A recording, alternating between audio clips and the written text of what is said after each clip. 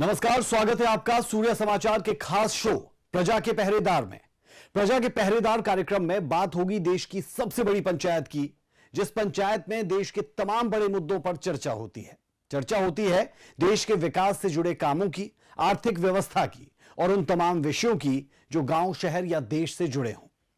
लेकिन जब उस सदन में बस हंगामा ही देखने को मिले तो देश का क्या होगा? ऐसा ही कुछ देश की सबसे बड़ी पंचायत यानी लोकसभा और राज्यसभा में लगातार देखा जा रहा है। हंगामा भी ऐसा कि कोई एक दूसरे की सुनने को तैयार नहीं, जिससे सदन में गतिरोध उत्पन्न हो रहा है। लोकसभा हो या राज्यसभा, दोनों सदनों में जमकर हंगामा हो रहा है। सदन में सत्ता पक्ष और विपक्ष एक दूसरे पर आरोप प्रत्यारोप लगाते दिखते हैं, जिस कारण एक तरफ जहां राज्यसभा की कार्रवाई शुरू होते ही कुछ देर के बाद स्थगित करनी पड़ी, वहीं लोकसभा जिसका संचालन शांतिपूर्ण तरीके से हो रहा था, वो भी आखिरी समय में हंगामे की भेंट चढ़ी। इस दौरान एक सांसद ने सारी मर्यादाओं को लांघते हुए विवादित टिप्पणी की, जिससे आखिरी समय में संसद में काफी गहमा गहमी का माहौल देखने को मिला। इन सभी विषयों को हम आपको विस्तार से बताएंगे अपने खास शो प्रजा के पहरेदार में। प्रजा के पहरेदार इसलिए क्योंकि ये प्रजा ही इन सांसदों को भेजती है संसद में। प्रजा यानी जनता, और ये अपने आप को राजा समझने की गलती ना करें, इसीलिए हर 5 साल में चुनाव भी होते हैं। इस खास शो में क्या कुछ घटनाक्रम रहा वो दिखाएंगे आपको।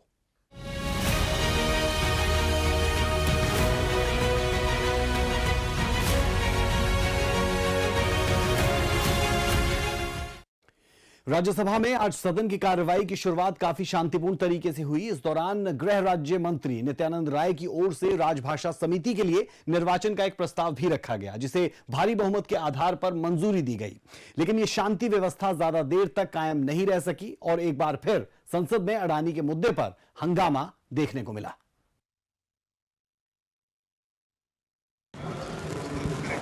सभापति महोदय, मैं प्रस्ताव करता हूं कि राजभाषा अधिनियम 1963 का 19 की धारा 4 की उपधारा 2 के अनुसरण में यह सभा उस रीति से जैसा सभापति निर्देश करें, सभा राजभाषा समिति में विद्यमान रिक्त। राज्यसभा के सभापति जगदीप धनखड़ ने संसदीय कार्य मंत्री किरण रिजिजू को संसद में अपनी बात रखने के लिए कहा, जिसके बाद विपक्षी पार्टियों की ओर से जमकर हंगामा किया गया और अविश्वास प्रस्ताव को लेकर सभापति को घेरने की कोशिश की गई, जिस पर जगदीप धनखड़ ने विपक्षी पार्टियों के आरोप पर पलटवार किया और किरण रिजिजू के संबोधन के बाद अपनी बात रखने के लिए भी उनसे अपील की। 72 साल मेरा बात सुन ले जाए। ये मुझे नहीं पता आप किसको बचा रहे हैं। ना ना ना, डेमोक्रेसी नहीं कह सकता आप किसको बचा आप रहे लोग हैं। डेमोक्रेसी का बात ना करें। आपके पास लोकतंत्र का नाम जिक्र करने का कोई अधिकार नहीं है। Deputy leader sir, deputy leader after. इस दौरान किरण रिजिजू ने विपक्ष की ओर से उपराष्ट्रपति जगदीप धनखड़ के खिलाफ लाए गए अविश्वास प्रस्ताव को लेकर करारा जवाब दिया और विपक्ष पर लोकतंत्र के अपमान का आरोप भी लगा दिया गया। भारतीय लोकतंत्र में 72 साल बाद एक ऐसा किसान का बेटा उपराष्ट्रपति के पद में पहुंच करके इस देश को सेवा करने का काम किया है। इस राज्यसभा सदन का सभापति के रूप में पूरा देश देख रहा है किस तरीके से उपराष्ट्रपति महोदय ने इस सदन का गरिमा को रखा है।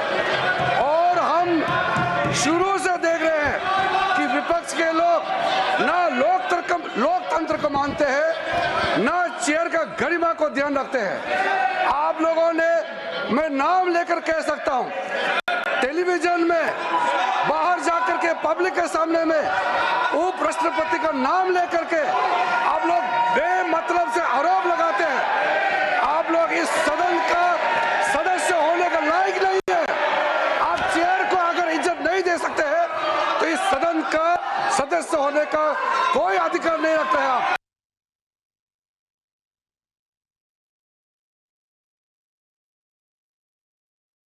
संसदीय कार्य मंत्री किरण रिजिजू ने एक बार फिर सदन में कांग्रेस की पूर्व अध्यक्ष सोनिया गांधी और जॉर्ज सोरोस के मुद्दे को उठाया और कांग्रेस पर देश विरोधी गतिविधियों में शामिल होने का आरोप भी लगा दिया गया।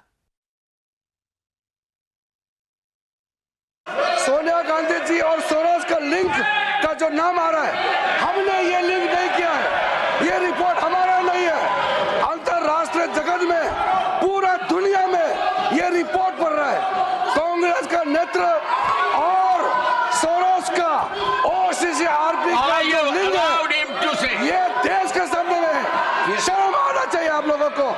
देश के विरोध में काम करने वाले, भारत के खिलाफ काम करने वालों के साथ आप लोग तालमेल में रहते हैं। जो जॉर्ज सोरोस बोलते हैं, आप लोग भारत में वही भाषा बात करते हैं। हम लोग पूरे इस सदन में जितने भी मेंबर हैं, हम लोग भारत के नाम में एक साथ यूनिटी खड़ा करना चाहिए। आप भारत विरोधियों के साथ खड़ा रहते हो, आप भारत को नुकसान पहुंचाने वाले के साथ में खड़ा रहते हो और फिर आप चेयरमैन के खिलाफ में नोटिस देते हो। ऐसा चेयरमैन मिलना मुश्किल है। संसदीय कार्य मंत्री किरण रिजिजू ने विपक्षी पार्टियों पर सभापति जगदीप धनखड़ के खिलाफ षड्यंत्र करने का आरोप लगाया। साथ ही कांग्रेस से जॉर्ज सोरोस को लेकर सवाल उठाए और देश की जनता से माफी मांगने की अपील भी की। कोई भी आप लोग काम करेंगे, इस तरह का नोटिस देने का नाटक करेंगे, हम लोग इसको कामयाब होने नहीं देंगे और पूरे कांग्रेस पार्टी माफी मांगना चाहिए। सोरोस और कांग्रेस नेतृत्व के बीच में क्या रिश्ता है, वो रिश्ता जो है सदन के सामने में आप लोग बताइए और देश के सामने में माफी मांगना चाहिए। मैं सर ये कांग्रेस पार्टी और उसके साथियों का जो हरकत है उसका मैं खंडन करता हूं। सभापति जगदीप धनखड़ ने HD देवगौड़ा को सदन में अपनी बात रखने के लिए कहा। इस दौरान सदन में सत्ता पक्ष और विपक्ष की ओर से जमकर हंगामा किया गया और एक दूसरे के खिलाफ जमकर नारेबाजी भी की गई।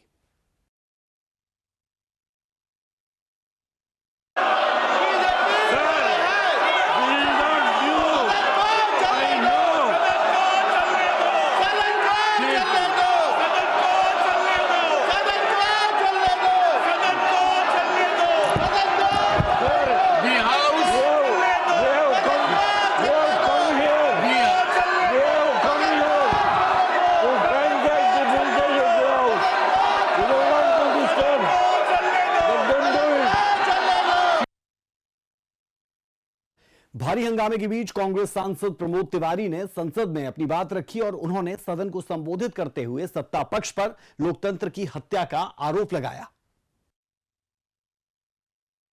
मैं सभापति की विनम्रता से निवेदन करता हूं कि इधर बैठे लोग, सभी लोग संविधान के प्रति निष्ठा रखते हैं। ये अम्बेडकर का संविधान बदलना चाहते हैं, ये संविधान के हत्यारे हैं, हम वापस करना चाहते हैं। राज्यसभा के स्थगित होने के बाद एक बार फिर सदन की कार्रवाई की शुरुआत हुई, लेकिन इस बार सभापति जगदीप धनखड़ की जगह उपसभापति हरिवंश नारायण सिंह ने कमान संभाली और सदन में नेता जेपी नड्डा से अपनी बात रखने के लिए कहा। इस बार भी जेपी नड्डा काफी आक्रामक तेवर में नजर आए और उन्होंने एक बार फिर से जॉर्ज सोरोस का मुद्दा उठाते हुए कांग्रेस पर कई आरोप लगा दिए। पिछले 2 दिनों से हमारे लोग इस बात को उठा रहे हैं कि सोरोस और कांग्रेस पार्टी की वरिष्ठतम नेतृत्व का क्या संबंध है और सोरोस और सोनिया गांधी, श्रीमती सोनिया गांधी जी का क्या संबंध है। यह देश के आंतरिक और बाह्य सुरक्षा का सवाल है और यह देश की संप्रभुता पर भी प्रश्नवाचक चिन्ह है। इस दौरान जेपी नड्डा ने कांग्रेस पर गुमराह करने का भी आरोप लगाया और जॉर्ज सोरोस के मुद्दे पर चर्चा से भागने की बात कही, यानी सीधे तौर पर कांग्रेस को घेरा। आम आदमी के लिए प्रतिबद्ध है और मैं 2 दिन से इस विषय को रख रहा हूं और हमारे लोग उस बात के लिए उद्वेलित हैं, उसकी चर्चा होनी चाहिए। Please take your seats. और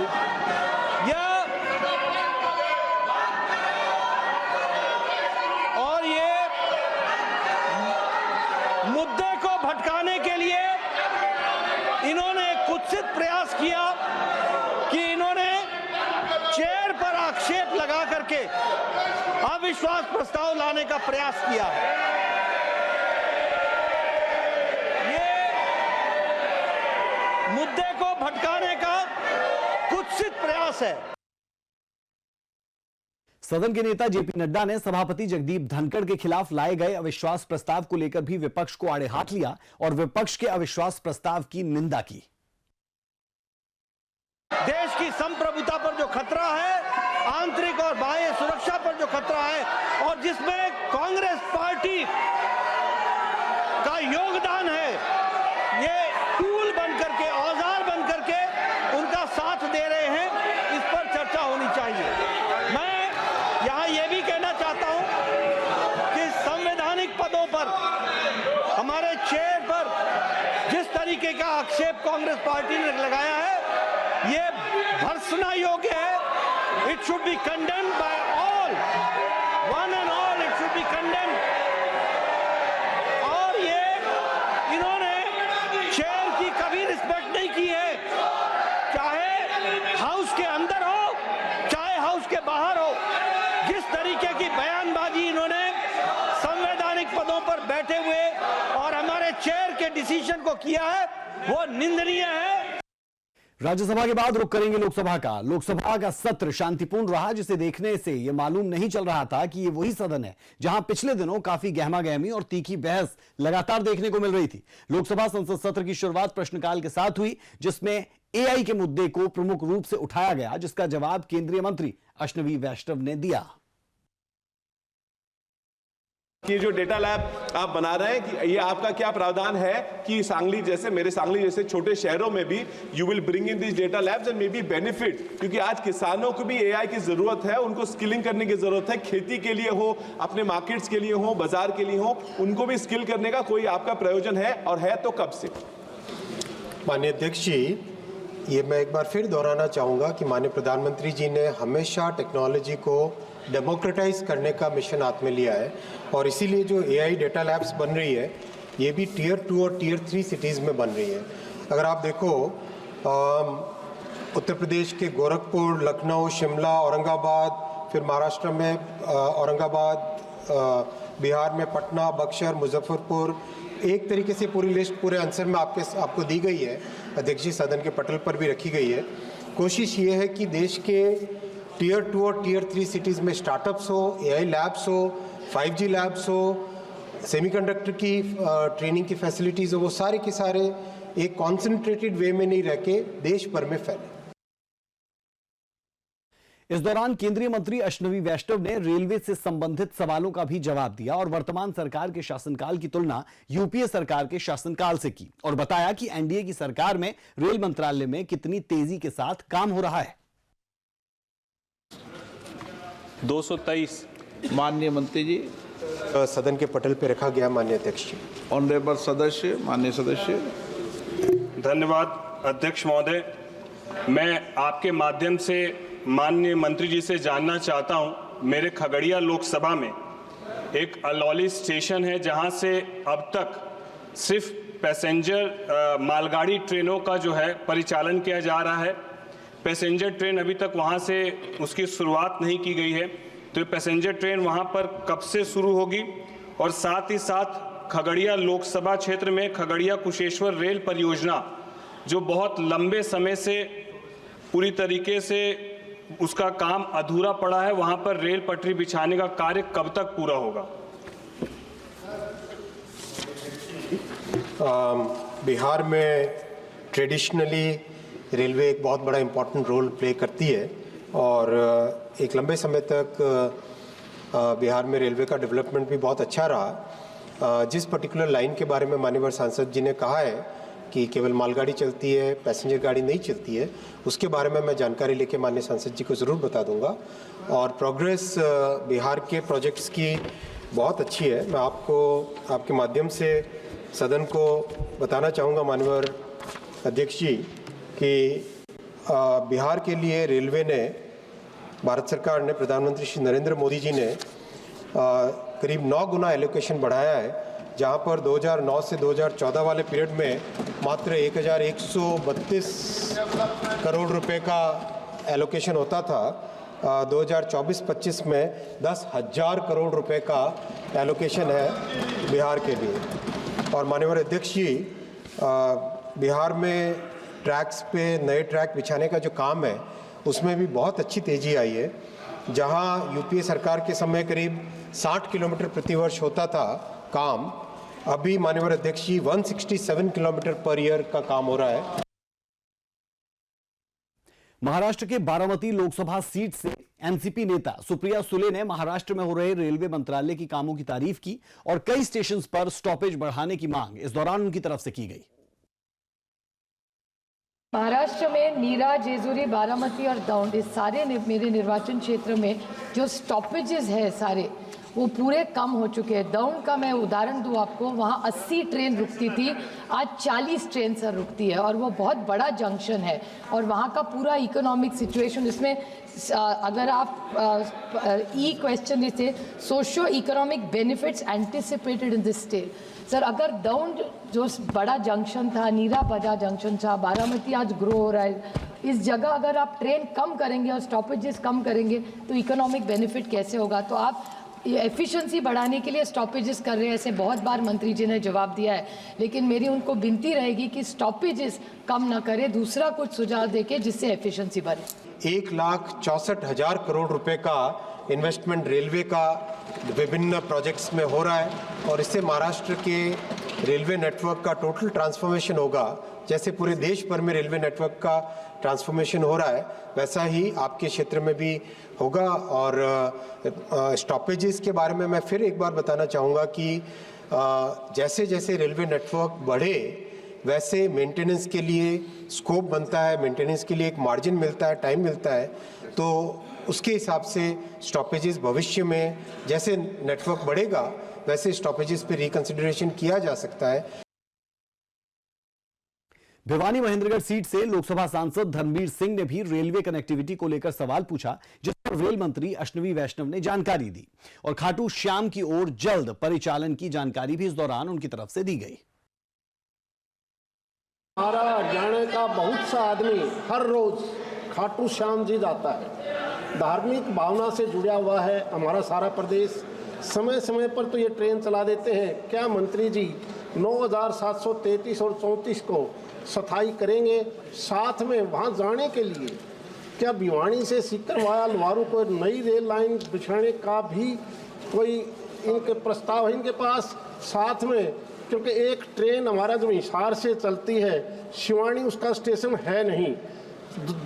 14,717 और 14,718 और 22,737 और 22,738 का स्टेशन, क्योंकि हमारा भिवानी जिले का बड़ा सब डिवीज़न है, हिसार से चलने के बाद वहाँ ट्रेन नहीं रुकती। माननीय सांसद जी ने जो बहुत इम्पोर्टेंट पॉइंट रेज किया है, मैं बताना चाहूँगा कि भिवानी और सीकर के बीच में कनेक्टिविटी इम्प्रूव करने के लिए जज्जर, चरखी दादरी, लोहारू नई लाइन 94 किलोमीटर का फाइनल लोकेशन सर्वे सैंक्शन किया है डीपीआर बनाने के लिए। एक बार डीपीआर बन जाए उसके बाद में उस पर आगे काम होगा। और साथ ही साथ खाटू श्याम जी, जो कि हम सब की श्रद्धा से जुड़ा है, उसके लिए रिंगस से खाटू श्याम जी की 17 किलोमीटर की नई लाइन सैंक्शन हो गई है। उसका काम ऑलरेडी लैंड एक्विजिशन का काम चालू हो गया है। जो स्टेशन की बात माननीय सांसद जी ने कही उसके बारे में मैं जानकारी लेके इनको दूंगा। इस दौरान लोकसभा अध्यक्ष ओम बिरला ने स्थगन प्रस्ताव की भी जानकारी दी और सदन में पेश की गई प्रस्तावों को विचाराधीन होने की बात भी उनकी तरफ से कही गई। मुझे कई मान्य सदस्यों द्वारा कुछ विषयों पर स्थगन प्रस्ताव की सूचनाएं प्राप्त हुई है। मैंने स्थगन प्रस्ताव की किसी सूचना के लिए अनुमति प्रदान नहीं की गई है। कुछ प्रिविलेज मोशन आए हैं, श्री गौरव गोगोई जी का, तारिक अनवर जी का, पप्पू यादव जी का, आप सबके विशेषाधिकार नोटिस प्राप्त हुए हैं, वो विचाराधीन है। प्रश्नकाल के बाद लोकसभा में शून्यकाल की शुरुआत हुई। इस दौरान कांग्रेस सांसद गौरव गोगोई ने लोकसभा में मणिपुर हिंसा से जुड़े मामलों को उठाया और सत्ता पक्ष पर विफल होने का आरोप भी सीधे तौर पर उनकी तरफ से लगाया गया। Is in a humanitarian crisis, and instead of finding a solution, the government is sending paramilitary forces and enforcing the Armed Force Special Powers Act. This is not addressing the cycle of violence. Extortion has become rampant. Economy is shattered. Basic public services are on the brink of collapse.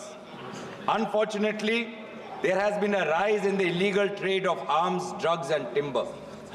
The impact on the lives of ordinary people has been devastating. School, colleges closed.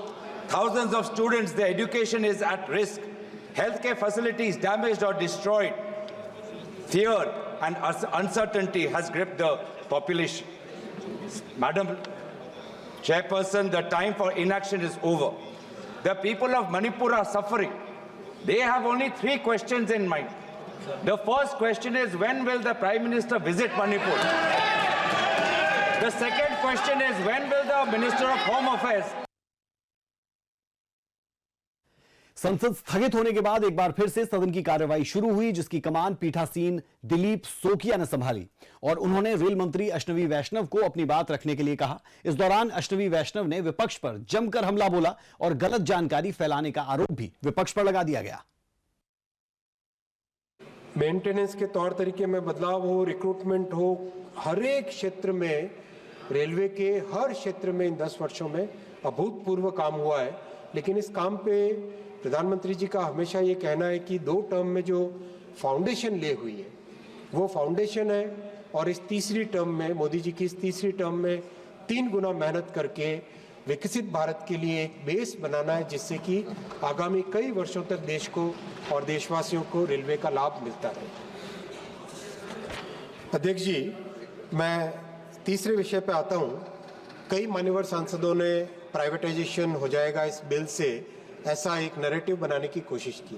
अध्यक्ष जी, मैं बहुत sincerity के साथ कहना चाहूँगा कि ये एक फेक नैरेटिव बनाने की जो कई मान्यवर सांसदों ने कोशिश की, कृपया इसका प्रयास न करें।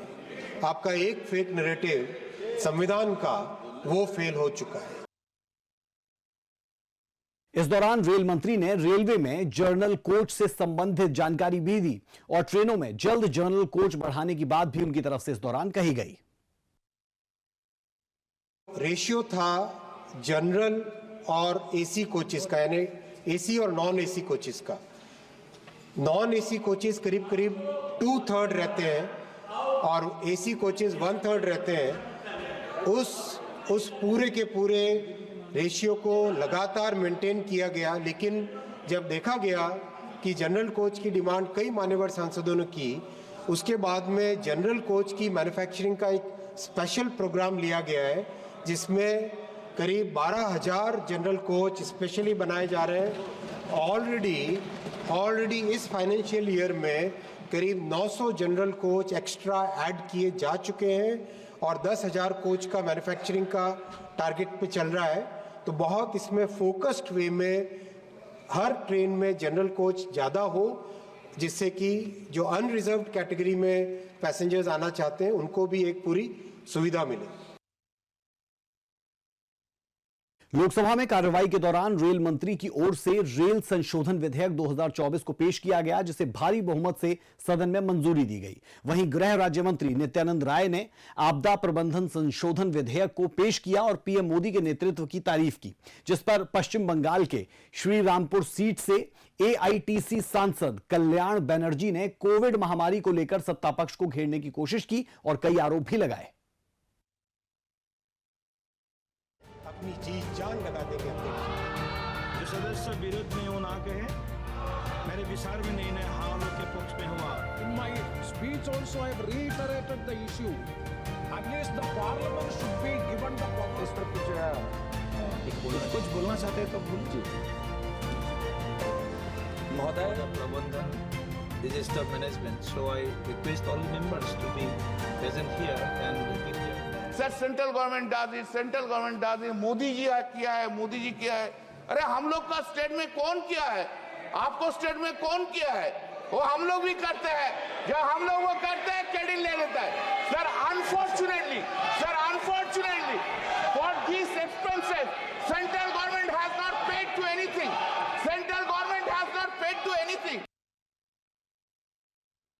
एआईटीसी सांसद कल्याण बनर्जी के आरोपों पर केंद्रीय गृह राज्य मंत्री नित्यानंद राय ने पलटवार किया और पश्चिम बंगाल की ममता सरकार पर आरोप ही लगाए।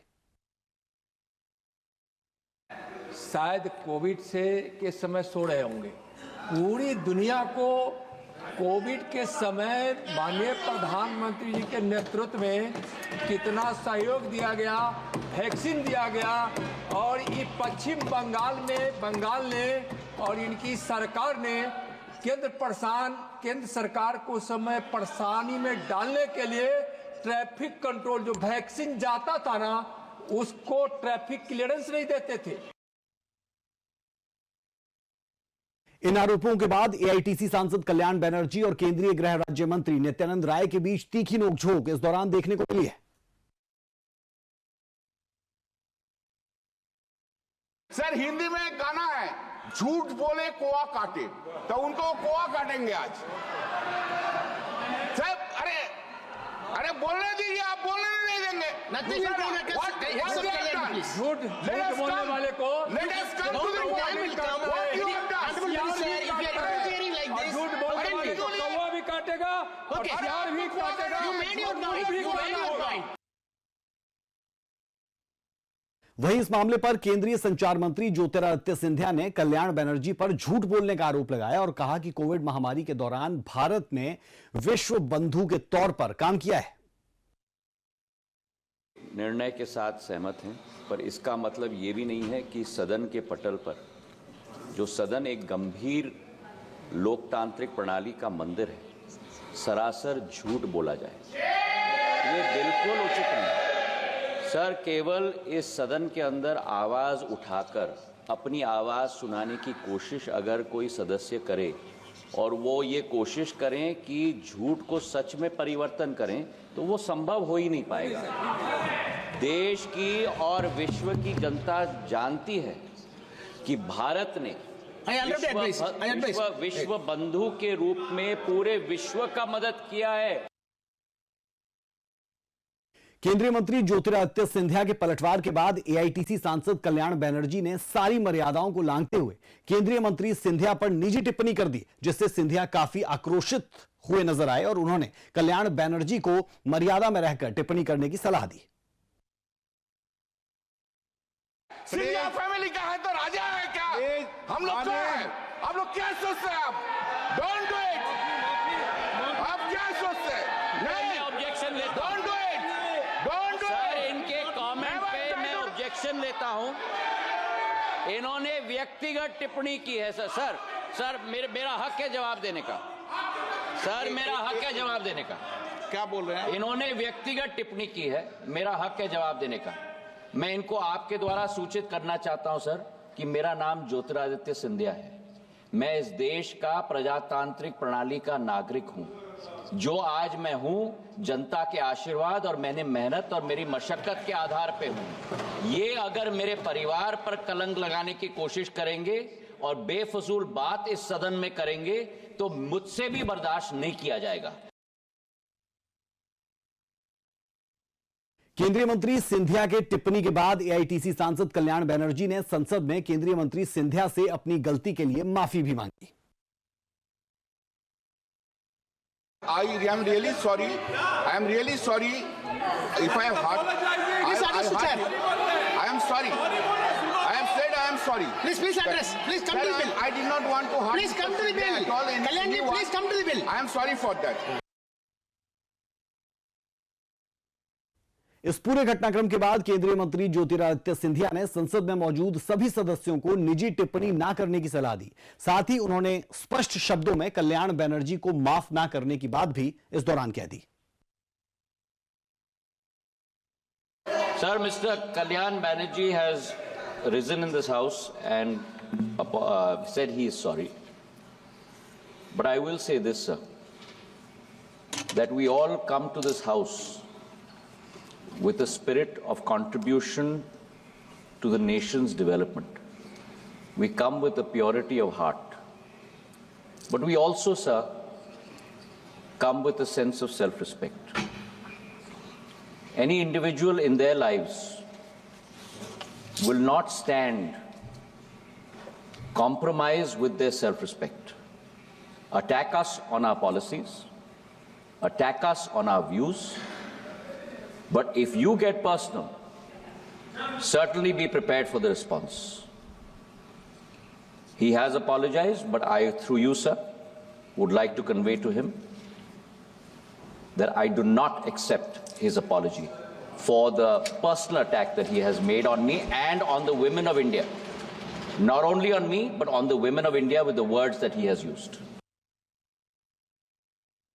संसद स्थगित होने के बाद एक बार फिर सदन की कार्रवाई शुरू हुई, लेकिन सदन स्थगित होने से पहले शुरू हुआ हंगामा जारी रहा, जिसे लेकर लोकसभा पीठासीन ए राजा को सदन स्थगित करना पड़ा। Please receive your seat. House adjourned. एक तरफ Tomorrow 11 o'clock till 11 tomorrow. आखिर में सदन में सत्ता पक्ष और विपक्ष की ओर से तीखी जुबानी जंग देखने को मिली। इस दौरान एआईटीसी सांसद कल्याण बनर्जी ने विवादित टिप्पणी की, जिससे केंद्रीय मंत्री ज्योतिरादित्य सिंधिया खासे नाराज नजर आए और संसद सत्र का आखिरी चरण हंगामे की भेंट चढ़ा। वहीं राज्यसभा की बात करें तो राज्यसभा में हंगामा देखने को मिला, जिससे राज्यसभा की कार्रवाई का संचालन सुचारू रूप से नहीं चल पाया। हमारी खास पेशकश प्रजा के पहरेदार में अभी के लिए हमारा और आपका साथ इतना ही। खबरों का सिलसिला सूर्य समाचार पर बदस्तूर जारी है। नमस्कार।